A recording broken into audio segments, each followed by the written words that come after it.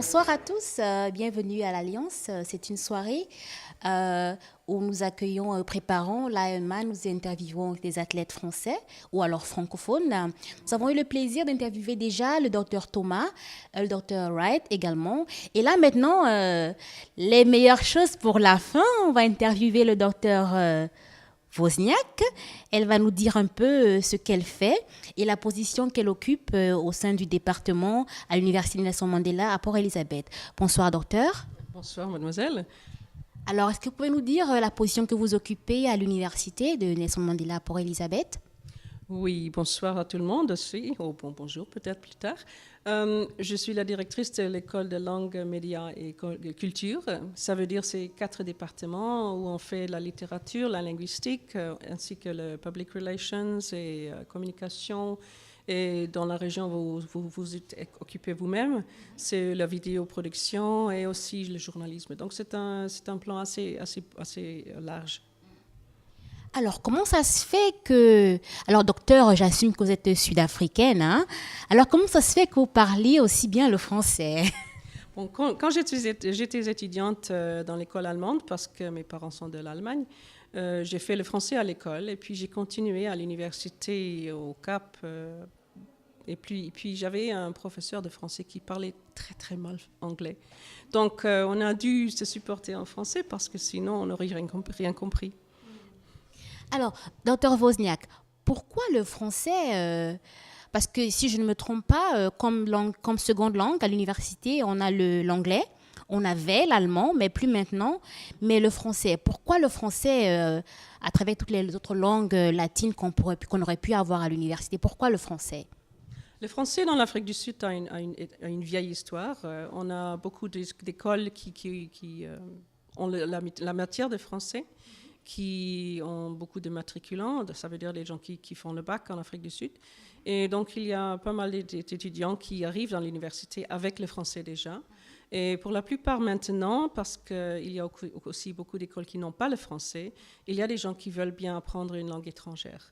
Et à l'université, bien sûr, on a coupé l'allemand parce qu'il fallait couper quelque chose à cause des frais dans le passé. Et donc, on a maintenant une situation où le français est la langue principale étrangère qu'on propose aux étudiants.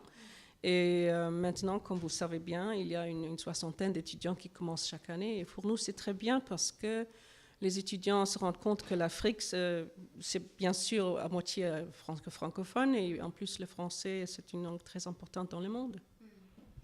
Alors, docteur, comment est-ce que vous expliquez le fait qu'on a des étudiants qui ne sont pas forcément étudiants en médias, qui viennent de plusieurs autres facultés et viennent pour apprendre le français quand même? C'est intéressant ça.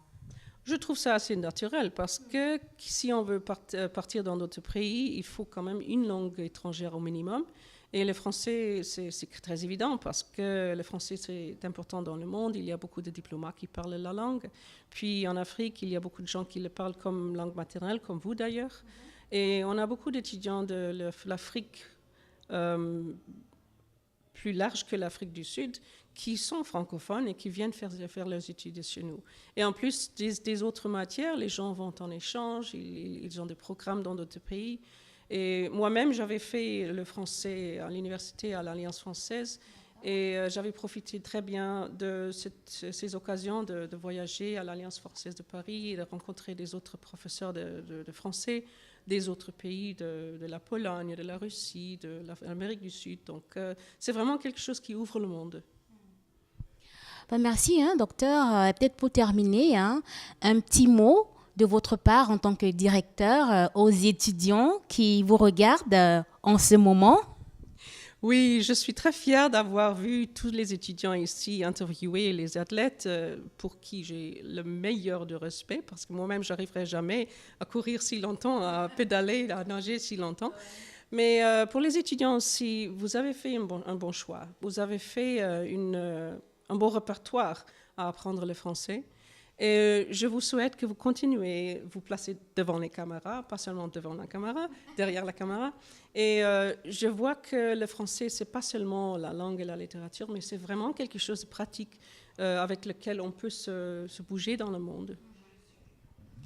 Alors, vous avez écouté le docteur Janina Wozniak, le directeur de l'école de langue, littérature, langue et culture, médias également, tout un grand titre, hein, à l'Université Nelson Mandela Port Elizabeth. En direct de l'Alliance, Olivia Tchalet, merci. J'ai toujours préféré aux voisins les voisines, dont les ombres chinoises ondulent sur les volets. Je me suis inventé un amour pantomime où glissant noir et noir tes pas sur tes mollets.